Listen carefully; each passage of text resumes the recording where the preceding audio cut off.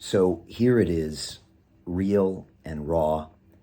This is my first of 40 vlog posts for 40 days that I'm calling Confessions of a Fighter.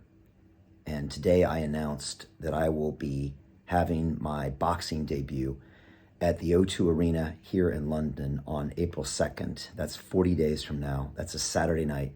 It's the biggest indoor venue in all of Britain. We expect it to be fully sold out, and I will be fighting for the very first time in my life. I will be gloving up, putting a mouth guard in, and going toe to toe with another man. And the plan is to punch each other in the face until one person stops. And, needless to say, this is a big challenge for me. Maybe the first and the biggest challenge of my life. It's something that equally terrifies me and excites me. It's something I've always wanted to do in my life, and something I never thought I would be doing at 50 years of age. But they say, success is when preparation meets opportunity. And I was presented this opportunity a few weeks ago, strangely enough, 3 days before our massive David Icke live stream. I got a voicemail from an old friend of mine who said, "Brian, this is your chance to fight." And I went through the reaction that most people would have. The first one was LOL, laughing out loud, thinking, there's no way I will do this. This is preposterous. And I had a lot of things on my mind that week because we were doing a big live stream with a big guest and had a lot to prepare for. Didn't know if we were going to get banned or arrested or any of that stuff. And the last thing I wanted to think about is me getting in the ring, which is something I've never done. Now, I've trained martial arts. Martial arts probably saved my life. When I overdosed from heroin in New York City in 2001, and I came to London in 2002, it was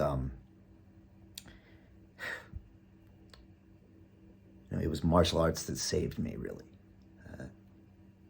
That kept me from relapsing. And it was me training Brazilian Jiu-Jitsu that would turn into boxing, Thai boxing, wrestling with my dear friend Chris, that pretty much kept me sober. It kept me from relapsing. And I began to build this new version, this man that I could be proud of. And it was martial arts that allowed me to do that, and embracing a physical practice and having an incredible trainer that was an example to me.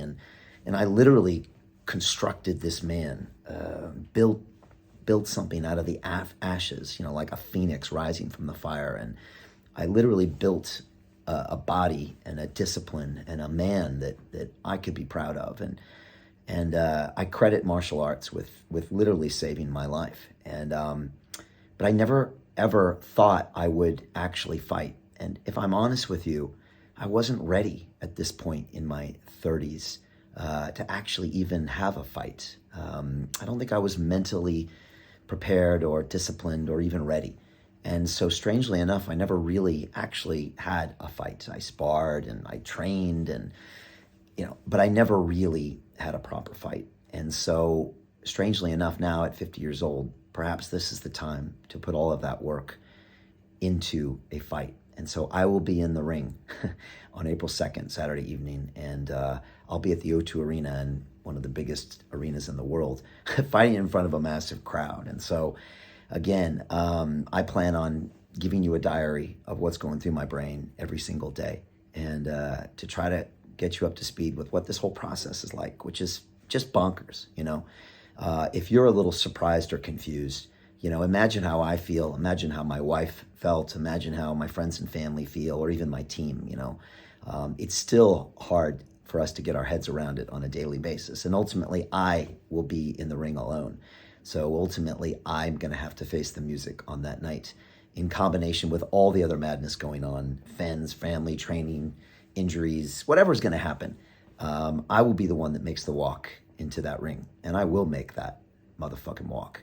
And I'm preparing myself to bring the best version that I can into that ring. I'm training hard. I'm studying. I'm preparing myself mentally, physically, spiritually. And my old trainer, Chris, is the guy that's training me, and I couldn't be more excited about that. And again, I welcome you to come in on this journey with me and giving me your thoughts. And I plan on dropping, like I said, a video like this in this format every single day as we get right up to the fight. Perhaps even the night of the fight, I'll drop a video in here and tell you what's happening, how I'm feeling, and what I'm thinking. And so why am I doing this? Well, Dana White of the UFC once said that fighting is in our DNA. And I love Dana. He's built an incredible brand. I've been following the UFC. I went to my first UFC match in 2002 here in London when I was actually training Brazilian Jiu-Jitsu for the first time and recovering myself. I think it was UFC 38 at the Royal Albert Hall, the Brawl in the Hole. And as Dana said, it's in our DNA. And Dana said, look, if there's a basketball game on the corner and a couple guys playing hockey down the street and a couple guys playing football and a fight breaks out, they all stop what they're doing and they go watch the fight. Because fighting's not a sport. It's something we've been doing as humans since we started. And it's something we're going to be doing for a long time because somehow it's in our DNA and it teaches us a lot about ourselves. And I'm going to try to embrace this beast and this fighter that's within all of us. And the reason I think people will watch is because there's something carnal, something expressive, something human about a fight. And perhaps we need to embrace this side of ourselves and admit that it's part of who we are as humans. And, the strange thing is that training for a fight, it actually includes a lot of discipline, a lot of spirituality, a lot of respect, in addition to that savage moment where I will jump into the ring and I'm literally going to try to knock someone's block off. And I'll put my brain on the line. I'll put my body on the line. I'll put my life, my livelihood on the line as well. And I want to try to chronicle that over the next 40 days. And so you're going to see a lot of posts and a lot of videos, and they'll be at the event that night. But I want to try to take you behind the scenes with what it's really like to prepare for this, to think about this, and to take this seriously, which is what I tend to do about everything. I can't help myself. So again, I'm going to try to walk you through what's happening in the background. And if you have any questions, please leave them in the comments. I just want to get as real and raw as possible on this series. I guess I'm going to call it Diaries of a Fighter, and walk you up to what's happening. Also, maybe so you can understand what it's like, and maybe this is a journey you want to go on, or maybe you want to train martial arts as a discipline, because I do think that, only when a man can become a beast, that he can actually also become a great man.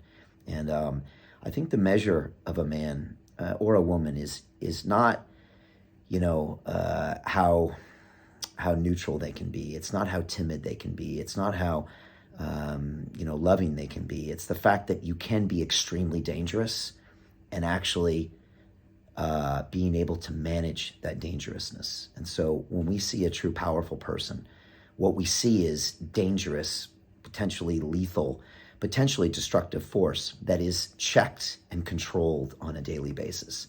And that's where I think we find leadership, we find great love, we find, great teachers, is when we find that person. And so in some ways, I guess I'm always trying to be that person who can be dangerous, but also be the one that also controls his own, danger. And so I'm kind of into this strange journey right now, and I will chronicle this on these videos. So I'll be dropping these. Again, please leave me any comments or questions you have. I'm welcome to it all. I'm also understanding that for a lot of you, this will be a big shock and be very strange, and maybe think it's a joke. I don't joke about much.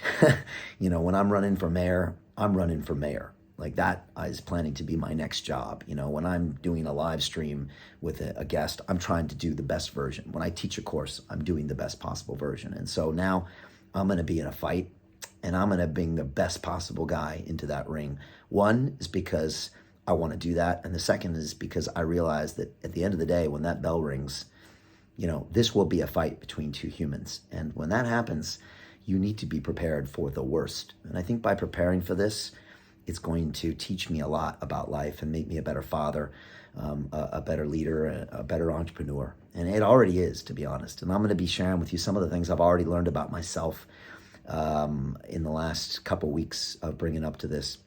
And I look forward to bringing you on this crazy journey that's going to be the next 40 days. But on April 2nd, I will make the walk into that ring, regardless of anything that's happened to me.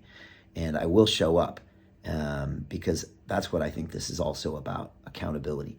And I'll be there, and I will go there, and I will go the distance, and I will actually try to end this fight. And that's going to be exciting for me.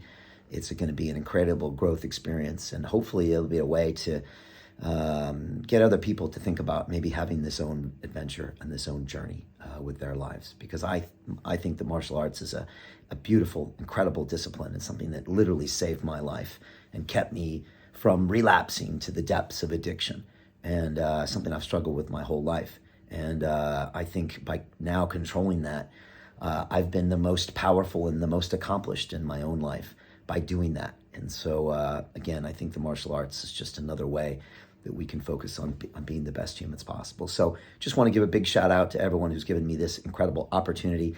Some people wouldn't look at a fight as an opportunity. They would look at it as a horrific event in their lives. And again, it could be.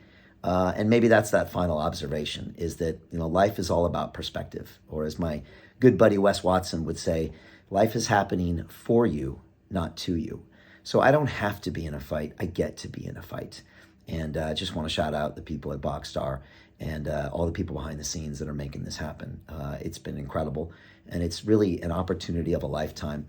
Lastly, I'll say there's a lot of people out there that say, this is a bad idea, Brian. You're 50.